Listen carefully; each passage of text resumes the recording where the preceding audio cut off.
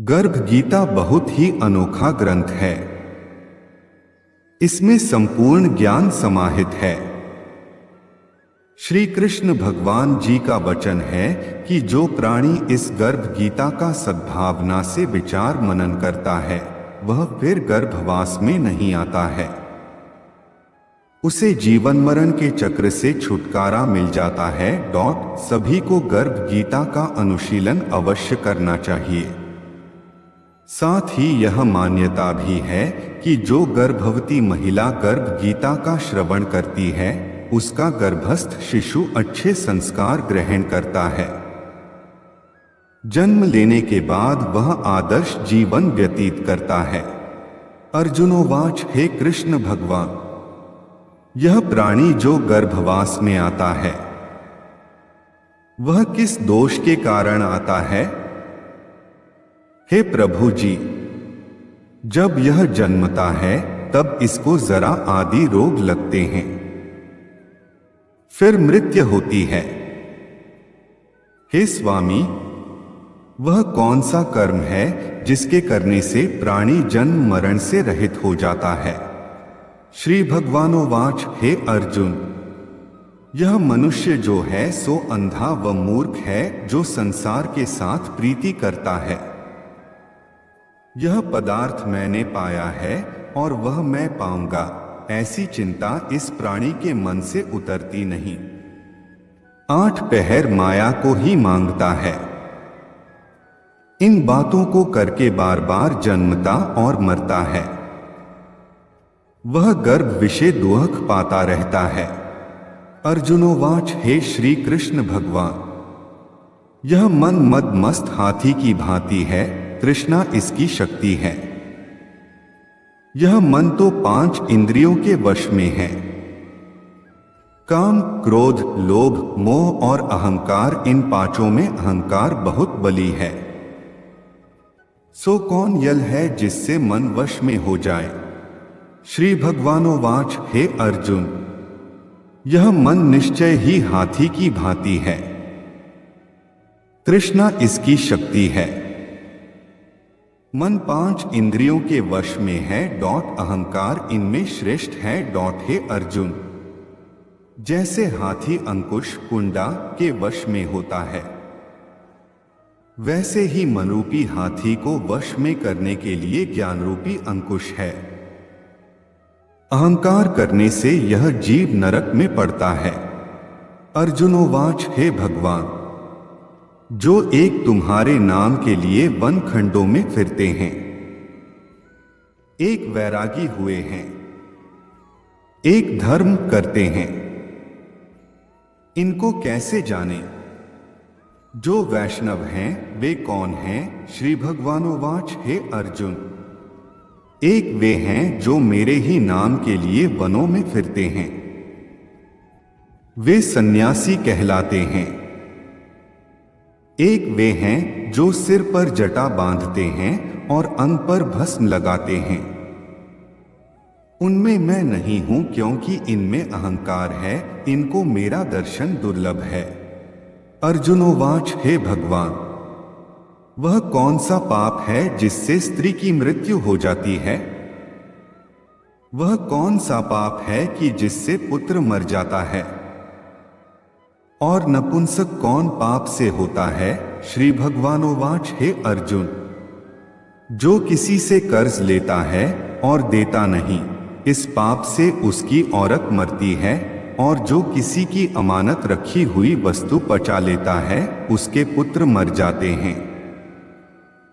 जो किसी का कार्य किसी के गोचर आए पड़े और वह जबानी कहे कि मैं तेरा कार्य सबसे पहले कर दूंगा, पर समय आने पर उसका कार्य न करे, इस पाप से नपुंसक होता है।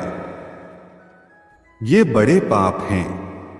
अर्जुनोवाच, हे भगवान, कौन पाप से मनुष्य सदैव रोगी रहता है? किस पाप से गधे का जन्म पाता है? स्त्री का जन्म तथा टट्टू का जन्म क्यों कर पाता है? और बिल्ली का जन्म किस पाप से होता है? श्री भगवानोवाच, हे अर्जुन, जो भी मनुष्य कन्यादान करते हैं और इस दान में मूल्य लेते हैं वे दोषी हैं।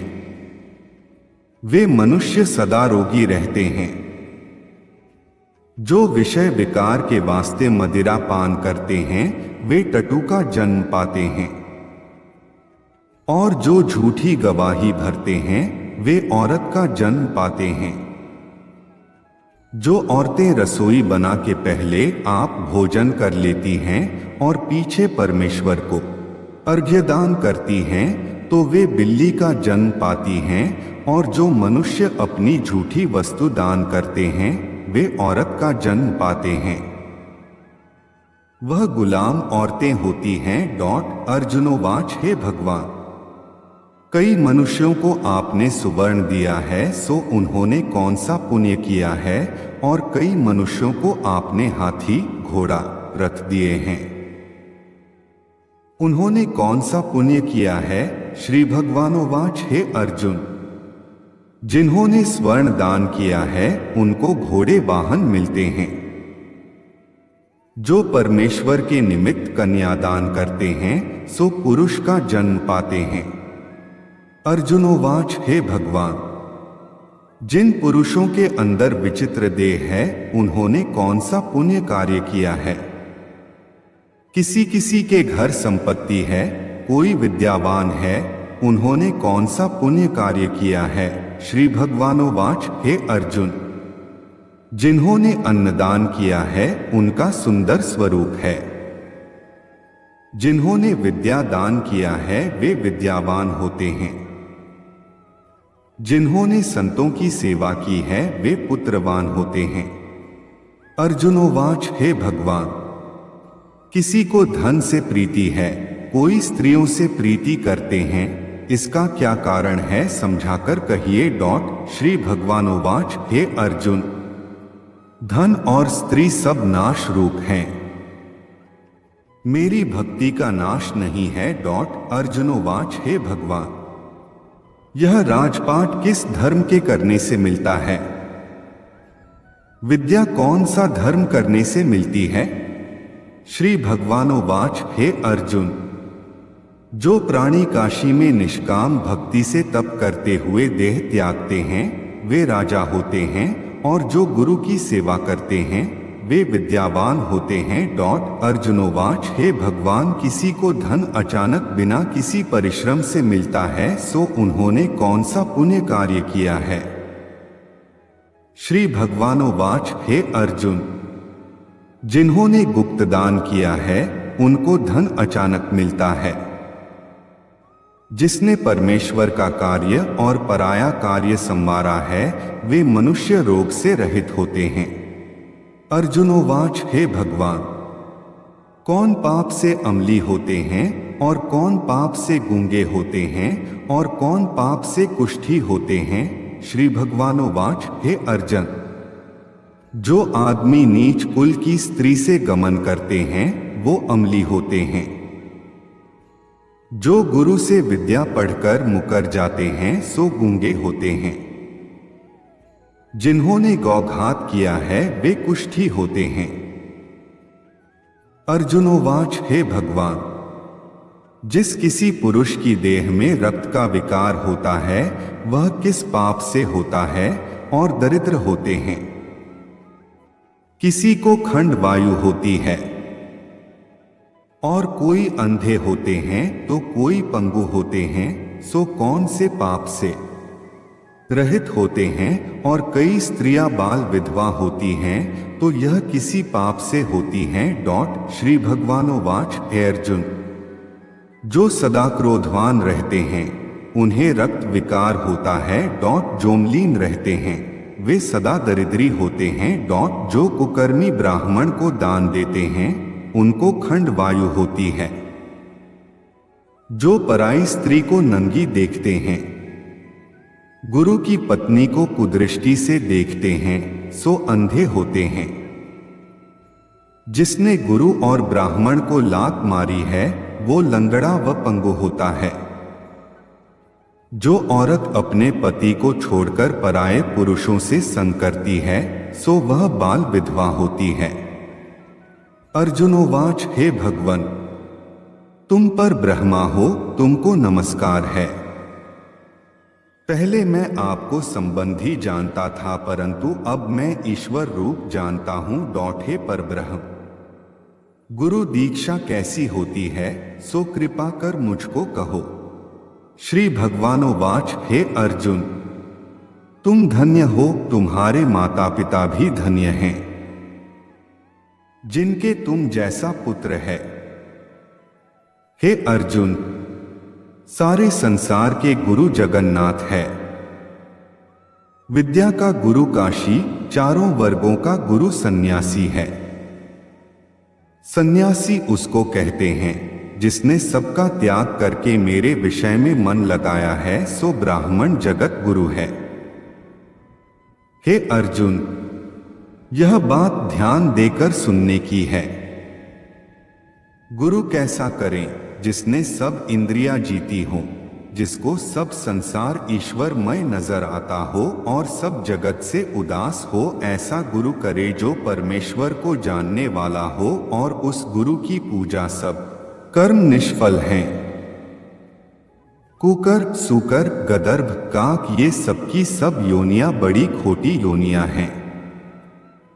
इन सब से वह मनुष्य खोटा है जो गुरु नहीं करता। गुरु बिना गति नहीं होती, वह अवश्य नरक को जाएगा। गुरु दीक्षा बिना प्राणी के सब कर्म निष्फल होते हैं।